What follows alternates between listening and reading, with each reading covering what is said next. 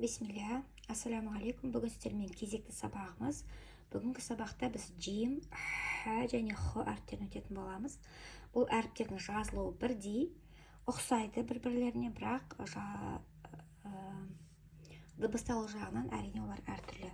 Джим әрпі бұл қазақ тіліндегі ж әрпіне ұқсайды, бірақ бізде ж жуандау болып келеді, жаналық, жара деген сияқты. Бірақ араб тіліндегі ж әрпі ол ж деп және жұмсақ айтылады. Жәннәтун, джибәлун, жәмилун деп оны жұмсақ айтамыз.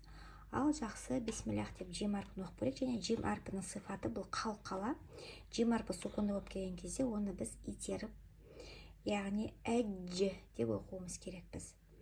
Джа, джи, джу, дж. Джам, жар, джин, джуб, джул, джабалу, джабалу, үш буын. Джамалу, әджру, әджру, фәджру, фәдж. Итеріп жібереміз тілімізді.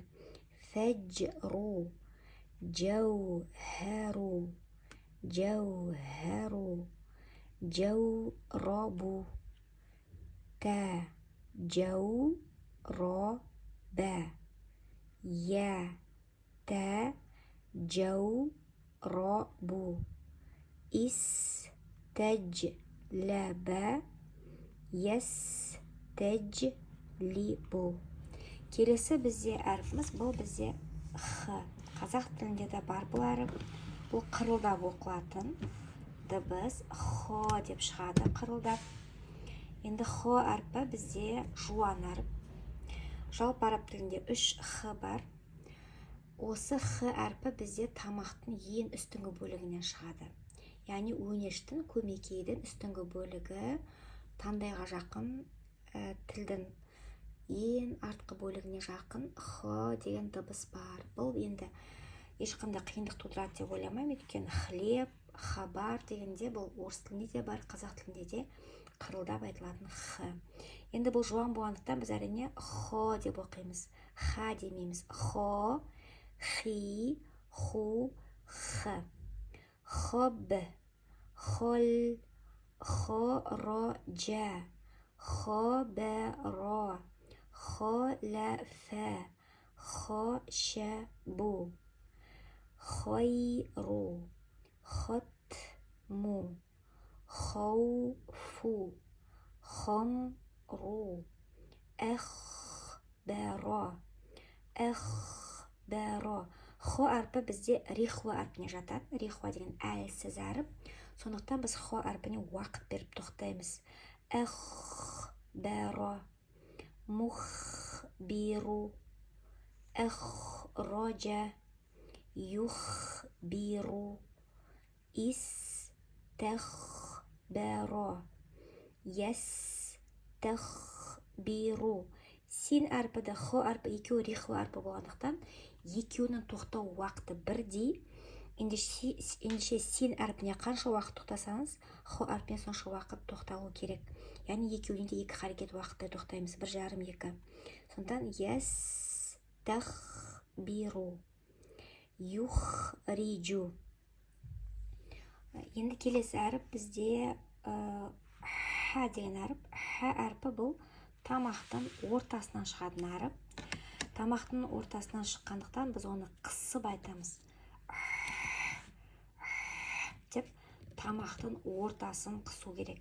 Яғни хо әрпі жуан әріп тамақтың үстіңгі бөлігінен, өнештің үстіңгі бөлігінен шықса, ха әрпі тамақтың ортаңғы бөлігінен шығады. Өнештің, көмекейдің ортаңғы бөлігінен қысылып шығады. Және бұл ха әрпі жұмсақ. Ха деп қысып, бірақ жұмсақ айтамыз. Хи, ху, ха, ха, хи, ху, ха. Енді бірге оқып көрейік.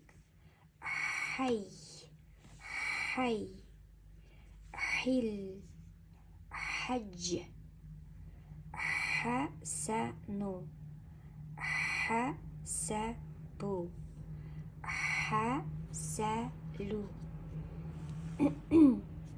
Келесі қатар. Мухсину, махшару. Байқасаңыздар, х әрпіне мен тоқтадым, өйткені х әрпі де рихла әрпіне жатады. Яғни сукунды болған кезде бұған уақыт беріп тоқтау керек. Мухсину, махшару, минхару, махфалу, ахсана, имтахана, ямтахину,